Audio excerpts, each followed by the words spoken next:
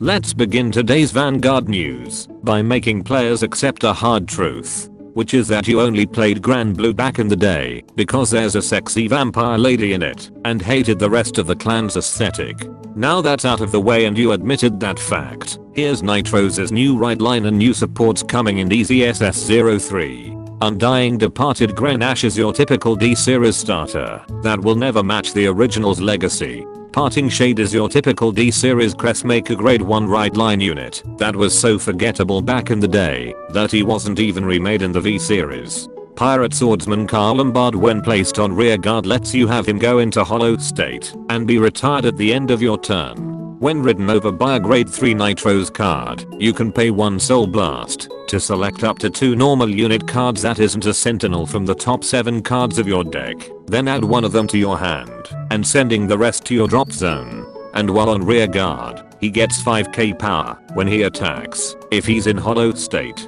He went from being an attack extender by reviving a unit from the drop zone into Nightrose's stepping stool that just searches and filters out stuff. How the mighty have fallen. Vampire Princess of Nightfog Nightrose, like every other Strider grade 3 unit, retains her original abilities. So unless she's reviving a 13k grade 3 unit that will have an 8k booster to create a 23k column, that 2k power bonus won't have any significance. And if the deck can get easy soul charge, reviving a discarded Sea Strike Dragon Enlagulf after using to stride will generate you easy card advantage. Her Crest card has all of the typical Stride deck effects, with the only unique effect to her is letting you return one of 3 cards that was sent from your deck to the drop zone at the same time by your Vanguard's ability to the bottom of your deck.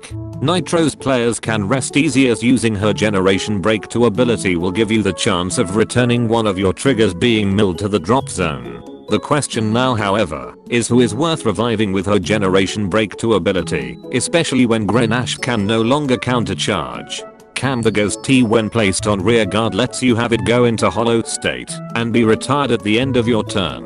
When placed on rear guard from hand, you can send up to 1 card from the top 5 cards of your deck to the drop zone if you have a Nightrose Crest. And while on rear guard, it gets 5k power if it's in hollow state. For a Stride deck set grade 1 support that requires their deck's Crest, this one seems underwhelming compared to GG10 Ray or even Semius. Have we been spoiled by easy draw or call effects?